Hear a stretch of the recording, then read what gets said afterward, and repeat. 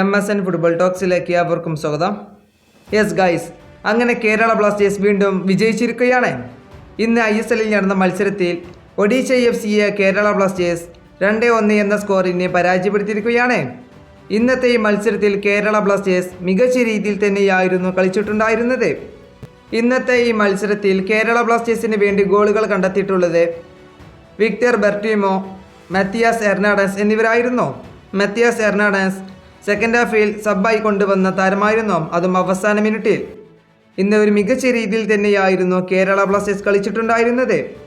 ആദ്യ പകുതിയിൽ ബ്ലാസ്റ്റേഴ്സ് മികച്ച രീതിയിലായിരുന്നു കളിച്ചിരുന്നത്.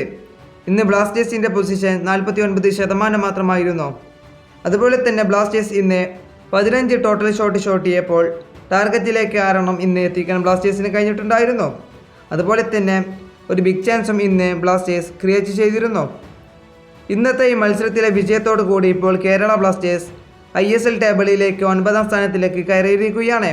11 മത്സരങ്ങളിൽ നിന്ന് 11 പോയിന്റ് നേടിക്കൊണ്ട്.